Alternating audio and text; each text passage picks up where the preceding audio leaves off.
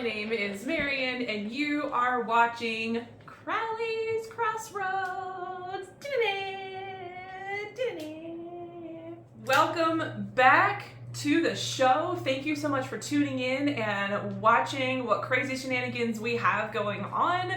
My name is Marion, and we are going to be talking about the infamous Black Dahlia. Last week, we talked about the foods that built America. Now, I gotta tell you guys, cut us some slack here because we're still getting the hang of this whole filming thing. We're still getting the hang of the whole editing thing. We're having a blast just figuring things out as we go along and getting really brave with getting in front of the camera and just exposing yourselves and talking about whatever. So, last week we had talked about the foods that built America. One of the most important things in that story was built around like the things that all of us love the most, right? Talking about chocolate and talking about cereal. The two don't necessarily go together. I mean, they do, but they don't. Like, they're not relevant to each other yet. But just as like a quick recap, Milton Hershey has taken over the world as the world's largest chocolate candy maker in the United States. And he also had become the supplier for all of the major chocolate candy brands in the United States as well. So instead of creating a bunch of competition, he actually decided to get a piece of the pie, become their supplier, and everybody was able to become friends and coexist together. Long story short. Gotta tell you about this past week, man, before we hop into the story. Whew, this past week was a doozy. We had our Memorial Day on Monday. It was a nice, relaxing day to spend time with the family. Brought the kids out to the pool, got a little bit of sun. Can't really complain as far as that goes. That was a good time. And then we got to experience, our dogs actually got to experience what it's like to be really, really close to a hot air balloon. And I gotta tell you, I don't think that they're a fan. I have Story, Derp, and Mowgli. Mowgli is a little Aussie poo, and when I bought him, I picked him because of the amount of energy that he had, the amount of confidence he had, even as like a little 3-month-old puppy. He has a lot of confidence. However, almost too much confidence. It's like fake confidence, right? You would think that he was like one of those chihuahuas where he's just like, "Brr." But you come at him with a big balloon, it's a whole nother story. It's a whole nother story. He is not down for that. He's not down for it. So the hot air balloon guys are like, they come up to North Phoenix all of the time. It's really, really cool to watch. If you've never been to Phoenix, you should definitely come and visit. The scenery is absolutely beautiful. One of my favorite things when I moved up here was actually watching all of those hot air balloons flying in the sky and seeing them come down to start to land. So one of the hot air balloons actually got a little bit close when they were trying to land. And my husband, Chris, had brought all 3 dogs to the dog park early that morning. One of them got kind of close. He happened to point it out to the dogs. The dogs lost their shit. The dogs lost their shit. Mowgli especially. So when Mowgli came home, the poor thing was so traumatized by those really big balloons, he wasn't willing to eat any dinner or breakfast or anything like that at all. So I had to snuggle up with him and, you know, trick him into eating his dinner. And now he stays really close to us and he's always looking up to the sky. So if you ever want to test how much of a badass your dog is, you know, just bring him to a landing site where all the hot air balloons are. So what we think is really cool, apparently they're like big monsters to the dogs. So I don't know, thought I would share something random and fun. Today, what we're going to be doing today is I'm going to be talking to you about Elizabeth Short, also known as the Black Dahlia, going over the history of the Black Dahlia, and I'm going to be doing my makeup with you at the same time. I'm going to try to go for a nice, you know, old-fashioned noir look, maybe a little bit more modernized. So let's get started. Elizabeth Short, a 22-year-old aspiring actress and model, and while everything that you read talks about the Black Dahlia trying to pick up jobs and things for her to become an actress, there's no history of any credits. So she was an aspiring actress, but I don't think that she actually got anywhere because of her age and just because of the times. Elizabeth Short was found on January 15th, 1947 in some tall brush. Her body was completely separated, and she was found by a young mother that was walking her 3-year-old around the neighborhood just to get some sunshine. But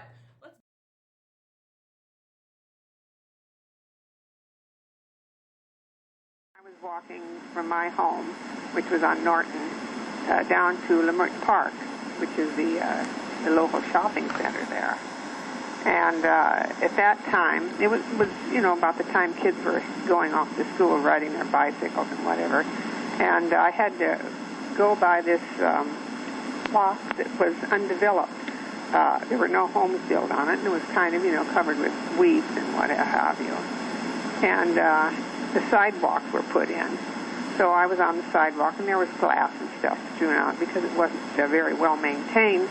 And as I was walking along, I happened to glance over at my side, and I saw this strange sight. It looked like a mannequin that had been cut in half and was separated and was lying there.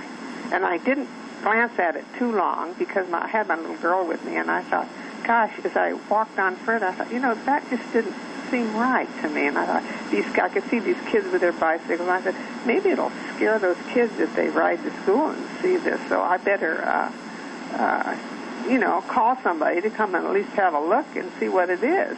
But the thought of a dead person did not enter my mind. I thought it was a mannequin because it was so white.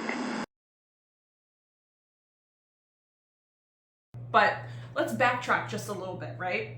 Let me tell you, being a woman back in the 30s and the 40s, it was definitely something else compared to today. Women were seen as kind of like you are to be seen and not to be heard. Luckily, it's a different day and age these days, so it was really hard for Elizabeth to get herself out there, so to speak, when it comes to her career, trying to be a model, trying to be an actress, right?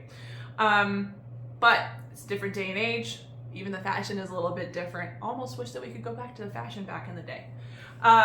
So Elizabeth Ann Short, also known as the Black Dahlia, Short was a ripe young age of 22 years old. It was said that she was missing all of her blood. Every last drop of blood had been completely drained from her body. How do you do that? So let's talk about the way that she was found. Her body was found completely cut in half, as I had said before. The cuts, though, here's where it gets kind of creepy, though. The cuts were totally clean.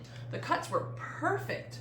In fact, the way that she was cut in half was so precise that it said whoever murdered Elizabeth Short was more than likely a surgeon or a doctor of some sort. Whoever did it had a very steady hand, and they knew what they were doing because they disemboweled this poor girl completely. In fact, when they had disemboweled her and laid her body out in the brush, they took her intestines and actually rolled them up nice and neat and tucked it underneath her in the grass. It's fucking creepy. I don't know what I would do. Once her body was found, there was immediately hundreds of people that came forward to say, hey, that was me. I did that. I killed Elizabeth Short. I killed the Black Dahlia. However, police were able to rule these people out almost immediately because there was really nothing to link them to the murders to begin with. Like, thanks for trying to help us solve the murder, but you're not the person. Appreciate you. Goodbye. Authorities have a very, very strong that the late George Hodel, the reason that they're thinking that this man may potentially be the murderer is because there were soil samples that were taken from the grounds of where this man lives, and they were able to actually find the samples that was evidence of a decomposing body. I mean, if you find decomposing body samples in your soil, whether or not you killed Elizabeth Short says something, in my opinion. I mean, who else are you killing? Like, what are you doing? What are you doing? Anyway, the soil samples were taken. There's evidence of bodily decomposition where there's likely been other bodies found there. What? So this makes sense, you guys, because the way Short was found, her torso was cut, drained of blood, separated from the hips down. This was done by a doctor. So just to give you a little bit of backstory, Elizabeth Short was born in July of 1924 in Boston, Massachusetts, into a fairly large family. She's a sibling of 6, and her family was always on the move. Remember, this is back in the 20s and 30s. We're looking at like the Great Depression. Things were really, really hard. But this is also back when families believed that they should have really big families at the same time. So, you know, there being 6 other siblings, I'm sure life was just a little bit interesting for Elizabeth Short. And she is pretty young. Who knows? Maybe she was the youngest. I couldn't find specifically where she was in the lineup of her siblings. But so she was with this large family. Tragedy hit when her family, or when her father lost his savings and jumped from a bridge in Maine. So her father had let himself go when she was a young child. Womp womp. That's really hard to deal with. Short's mother is now working to support all 6 children on her own. Man, let me tell you, I was a single parent for a little while, and supporting even 2 young children on my own was hard. But back in the 20s and 30s with 6 children, it definitely couldn't have been any easier. If anything, it was probably more of a struggle. So poor Elizabeth Short's mom probably had to jump through hoops just to make sure the family was taken care of. In 1942, Short's father resurfaces and admits that he had started a new life in California. Dun dun dun, there's some scandal. Her father didn't actually end up killing himself. He jumped from the bridge to start a new life, to start a new family, to start all over again, and had his entire family thinking that he had left them and he had passed away. I don't know about the rest of you, but if Chris pulled that shit, I would make sure that he definitely ended up on the bottom of the water floor after jumping off the bridge. Watch out. You better watch out, sir. Now, going back to her father resurfacing. This was back in 42. So Elizabeth Short's father decides to show back up in California. He says, surprise, I'm actually alive, I didn't die, just kidding. And he had started a new life, a new family. Well, this gave Elizabeth Short the chance to reconnect with her father, and she chose to move in with him to keep her life going, find new opportunities. So she moved in with him to start a new life and quickly came to an end when she moved out in 1943. So it took a year for Elizabeth to realize that living with dad is probably not where she ultimately wanted to end up, right? So it said that Elizabeth had quite the eye for the men in service. She liked the men in service. Love a man in uniform. It was said that Short lived with a well-decorated Air Force man who was actually abusing her. Problem back then is that men that were abusive towards women, even if you spoke up about it, it didn't really matter. Didn't really matter. No. Anyway, he abused her, so shortly after she left the decorated servicemen, she met Gordon. Gordon was actively in World War II and had written to Short a proposal to get married, which was really sweet. How sweet would it be if you were a serviceman, you're out there, whatever war was going on at the time, you receive a note and he says, I love you so much, let's get married. Elizabeth Short very quickly accepts the marriage proposal, and she's incredibly excited. She's telling her girlfriends all about it. She's going to get married to the serviceman. She loves Gordon. And the problem is, after she had accepted the proposal, she was ready to plan their wedding. And in 1945, Gordon passed away. Gordon had passed away due to a plane crash while he was in the service. Rest in peace, Gordon. This broke Elizabeth Short into pieces. She had a hard time living, and she had a hard time accepting that Gordon is now gone.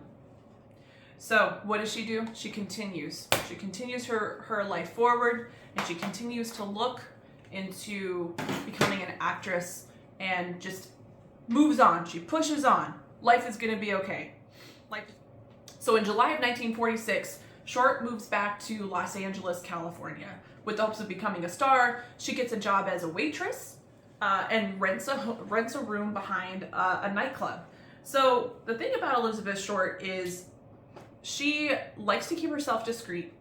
But she also likes to stay really close to the nightlife. She likes to stay really close to where things are happening, right? So she gets this room behind the nightclub. It's probably not the safest, probably not the best place for her to be living, but in July of 46, she moves back to California with hopes of becoming a star. She gets that job as a waitress. She rents the room behind the nightclub. This is where it gets crazy. The last person to see Short was her final date with Robert Red Manley. He's a married salesman. That's the other thing, is after Gordon passed away, I'm pretty sure that Short stopped caring about if these people were married or not. So let's talk about the way that her body was found. I know I've mentioned it quite a few times already, but there's a science to a serial killer when they lay a body a specific way.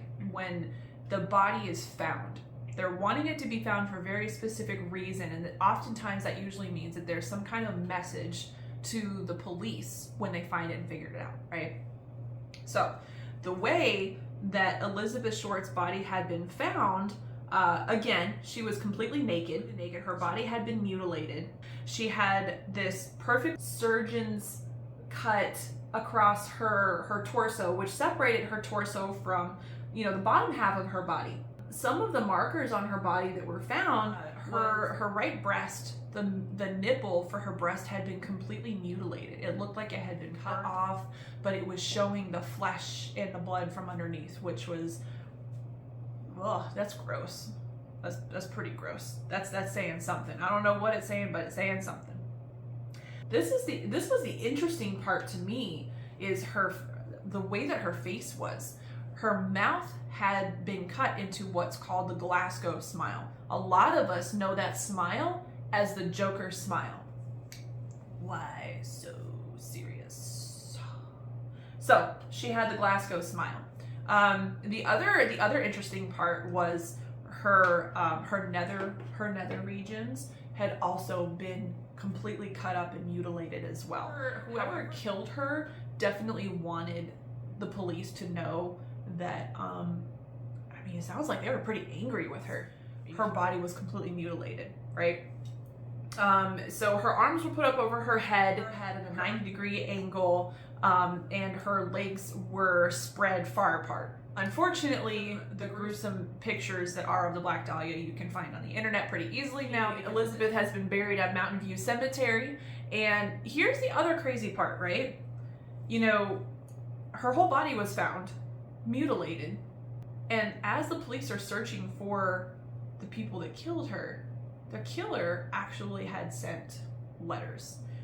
Think back old-fashioned days, because remember, this is the 40s. Nobody had computers. It was typewriters, right? So how did ransom letters and everything like that get to the police? The killer took the time to cut up a bunch of letters out of the newspaper to send messages that he was the one that killed Elizabeth Short. No name or anything like that on the letter. And he was willing to confess to the police only if he got a maximum sentence of 10 years. 10 years for mutilating a woman, a young woman, and that's it? And then you're set free to live your life however you want to? I don't think so, sir. I don't think so. At all. So, the mystery of the Black Dahlia continues on. The case is still open. It's incredibly cold. At this point, police don't think that her murder will ever be solved. But, listen, technology is constantly getting better every single day. Who knows? Who knows? The Black Dahlia murder could end up being the next murder that gets solved. Alright, so, face is all done. Okay, so just to wrap up Elizabeth Short, unfortunately, there's really not a lot of information on her. There's hundreds of people that could potentially be the murderer, but the problem is trying to link them is the hardest part, because this was done back in 1947, and all of the technology and our resources that we had, DNA testing and everything else that the authorities have now, were definitely not available way back in the day. And due to the fact that her injuries and the way that she was murdered and sliced up really indicates that this was done by a complete professional, makes it even harder. So, any information that you might have or any tips that you might have on the Black Dahlia murder, definitely reach out to Los Angeles Police Department. Give them any tips or angles that you might have, because who knows, you might be the reason that Elizabeth Short can finally rest at peace once her murderer has been identified. Now, the next story that we're going to be talking about is related to Susan Poole. Look it up. Look it up. Susan Poole was murdered back in 1974, back in June of 1974. And her body was identified, and DNA, new testing has been found. Back in 2021, new DNA was found, and we may have actually discovered her murderer along with 29 other victims. Insane. So stay tuned for the next episode of Crowley's Crossroads. Thank you so much for joining in. I really appreciate you. Any comments or any advice that you can give, or if there's anything that you would like to see on one of our next episodes, please leave your comments below. Like, subscribe, share, give us some love. Thank you again. I appreciate you ever so much. Keep it creepy, my friends. We'll see you next time on Crowley's Crossroads.